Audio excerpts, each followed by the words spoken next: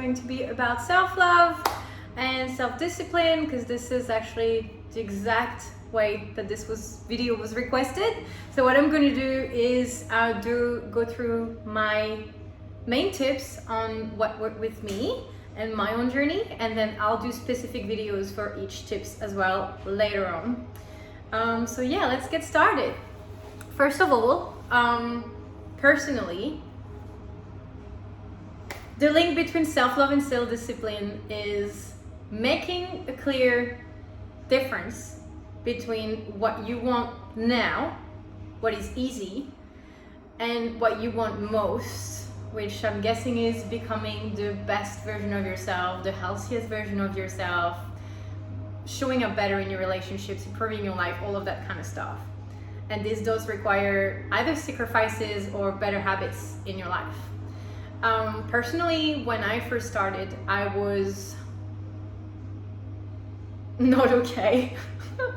I had strong self-image issues and anxiety and stuff like that. So I had to start with the physical, which is the start of my fitness journey that I'll do in another video, probably with my relationship with food and all that stuff. I was living by the motto, healthy mind, healthy body mindset, lifestyle. But yeah, I never realized that mind comes first for a reason. So I needed to be able to get the endorphins and change my body and adhere to a strict physical activity, to learn to enjoy what I was seeing in the mirror, even though I needed to work internally first. I got my little notes here and stuff. But yeah, I do also want to preface that those are things that worked for me, and that doesn't mean that they're going to work for you, because what you need to do is try out stuff that are going to make you feel good, or maybe not right at that moment, but in the long run. You need to find what works for you. So I'm happy sharing what worked for me, so you can take some of it, all of it, but the point is not to uproot your life and overwhelm yourself and try to do everything that I did, because I did it in my own time over the last 4 to 5 years, and now I have a strong foundation and I move around a little bit with it, but usually I stick to my foundation.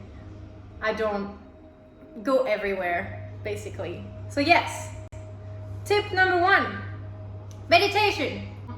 I'll do another video. I will post below though that I do use guided meditations that are on YouTube by Boho Beautiful. They do have 2 different playlists of 14-day meditations, which that's 28 days, which is exactly what you need to build a habit. So you can start from day 1 until day 14 and do the other playlists.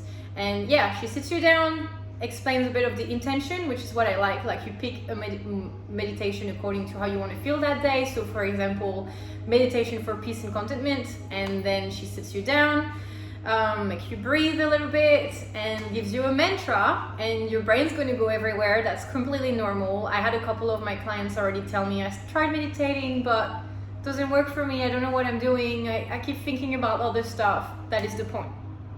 What matters is that you are taking those 10-15 minutes to sit down with yourself, because this is you proving to yourself that you're the most important person in your life. You're showing up for yourself, you're giving yourself that time to gather your own thoughts or clear your own thoughts and be in the present moment, which is what matters.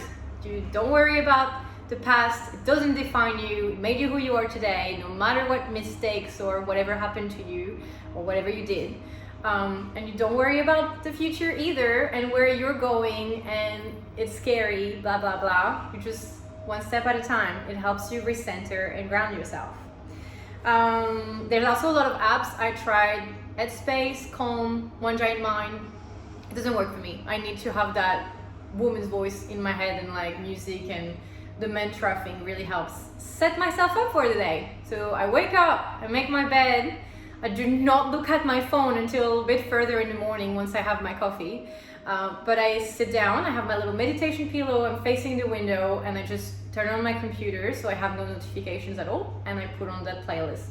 Or you can save them, and if your phone's on airplane mode, which I hope it is, then you just play it on the side. Cool. Tip number 2, journaling.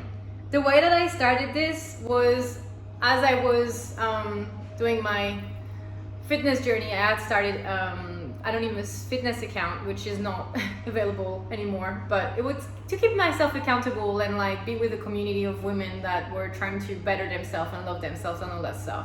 So I was following a lot of accounts that were sharing empowering quotes and self-love affirmations and that kind of stuff. And so I would literally be on my phone and scroll or like go into an account that resonated with me. I think there's a lot that are called like, yeah, the self-love supply, for example. I still follow that one, and you'll just scroll back and I was write it down.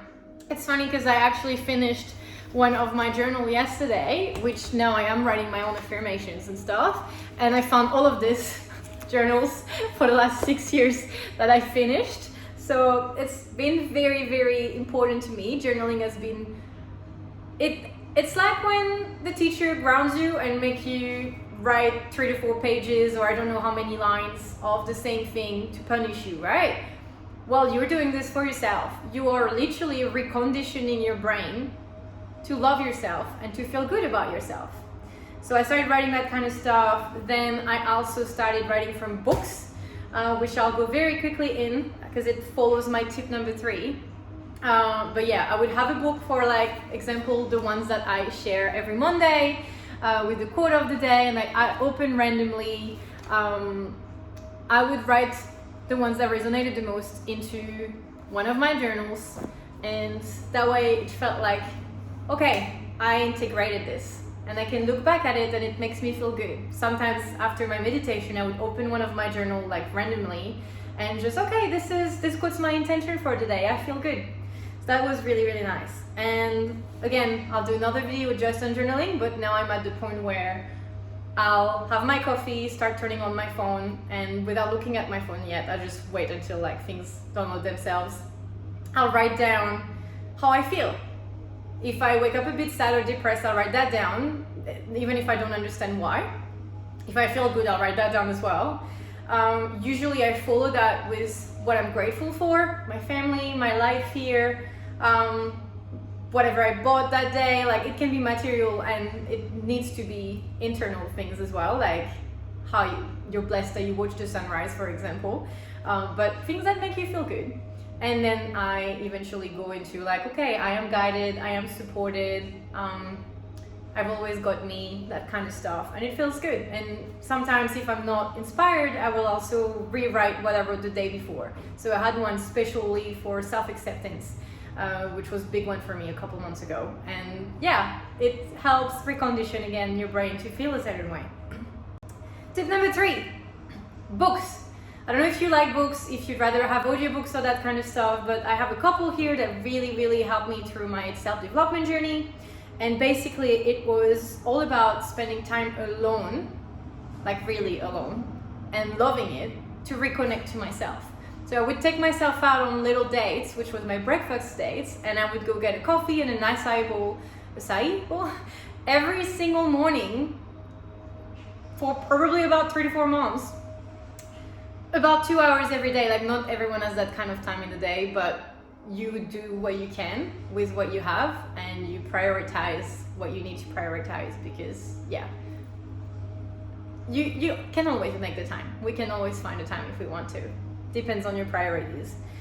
So yeah, I would take myself out on those dates and then I would read and eventually write on the side things from the book. So like I said, this one, Light is the New Black by Rebecca Campbell. I also have one I brought from France with You Are a Badass by Jen Sincero. Michael S. Singer, The Surrender Experiment. It was more of an autobiography, this one, and how he just kind of went with the flow and always said yes to things. But I like the other book that I lent to a friend, which is called The Untethered Soul, and that really is about, yeah, being in the present moment.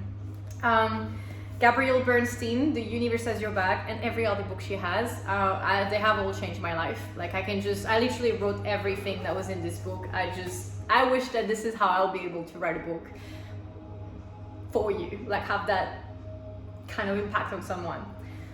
The Power of Now, Eckhart Tolle, followed by A New Earth by Eckhart Tolle as well. And then I've got You Can Heal Your Life by Louise Hay, which is also full of tips about, well, healing your life, self-love. And she even has like a grid with ailments or sicknesses and what they can mean psychologically or emotionally, because sometimes you are sick because your body is trying to tell you something. I had a friend the other day, like she had literally dropped a weight on her toe and like almost broke her toe. And like this can be seen as an accident. In this book, it says that she's worrying about the future and she's very anxious about the future. And when we talked about it, it was like, ding, yes, that's what it is. So it was very interesting. Okay, tip number 4. Yes, I love that one. This is obviously because it's my which one? Working with the moon phases. It's not necessarily for everyone. You all know, if you follow me on Instagram, I do the moon updates. I've been doing so for ages. How it started is that I bought a book, and I'll do this on a different video as well, like I said, called Moonology. And basically the full moon and the new moon are every 2 weeks each month. So the full moon, you release toxic things in your life, things that are holding you back, habits, that kind of stuff. And the new moon, you make intentions and wishes. And so if you take all of that off, basically every 2 weeks you are reviewing your goals and where you are going, and if you're still aligned with what you want to bring more of into your life, and really seeing habits that are holding you back, for example, like being too much on your phone, that kind of stuff. You set specific, sometimes quantitative habits, and you make sure that you follow through every time, because it's all linked together. Yes, number 5, inner child. That one is a little bit more personal to the individual. We all have it within us. We all usually have wounds because our parents weren't perfect and they usually did their best, but there might have been one time they didn't give you the attention that you needed as a child, and so it created a wound, and that inner child is still there, waiting to be nurtured, and sometimes being triggered in your relationships or in situations in life. So to nurture it, you've got a few couple ways. I started recently doing mirror work, which is you look in the mirror into your eyes and you tell yourself that you love yourself, or I got you, you got this. And sometimes you can hug yourself, or like whatever feels good, hold your hands or something, but it feels silly to say it. But when I first did it, I started crying, and I felt it was like the first time I was seeing myself, and it was very interesting, and it felt really, really good. I haven't done it in a while actually, but I do recommend it because it feels very, very nurturing. But another way that is a bit easier for those that don't like that kind of stuff or don't feel comfortable doing it yet because it is intense, or activities that make your heart sing. Anything like drawing, going outside, walking outside, singing in the car, singing like with lyrics in front of you just to like enjoy it, dancing in the kitchen, having a little twerk out or shake off in the kitchen. Everything that will get your creative side out and about will actually help you connect with your inner child, because we tend to lose it when we start worrying about the future, about bills, about money. But it's actually a really, really important of ourselves that we need to connect with as much as we can, and at least every day in a way or so. You need to find a way to do that. I'll sing in my car, I'll just dance in the kitchen, sometimes I'll sit down and draw or write, and yeah, those are all the ways that I can connect with it. And last but not least, tip number 6, get to know yourself. This is what I do with my job as a spiritual healer. I help you get to know yourself. For me, it went through working with astrology and numerology and reading books and things that make me feel seen and heard. And you learn about your limitations, your strengths, your weaknesses, your gifts, and all of that will make you will be able to show up as like the best version of yourself in your daily life. Because this is how you're going to be able to create a self-love, self-care practice, habits, a routine that works for you. And you stick to your routine, but you also need to be careful not leave space for play. Like if a friend invites you somewhere, you're at a sleepover, whatever it is, like you don't need to be like, oh my god, I did a journal today. You need to have a strong foundation so you can also sometimes stir from it, but it doesn't affect your life. And so with creating those own habits and things that work for you, for example, with some of the tools that I gave you, you will be able to cultivate this in your everyday life and realize that you are your own person, your own best partner. And then when you know this and you embody this, you can attract a partner if you don't have one, or show up in a way that will improve all of your relationships and all of the things that you do in life. Okay, I'm gonna end it here, and I hope that you enjoyed this video. Please comment, like, subscribe if you enjoyed it. Let me know if you want me to do more of these, if you have any questions about these. I will do specific videos on each topic, and I will let you go now. Thank you for watching. I'll talk to you later.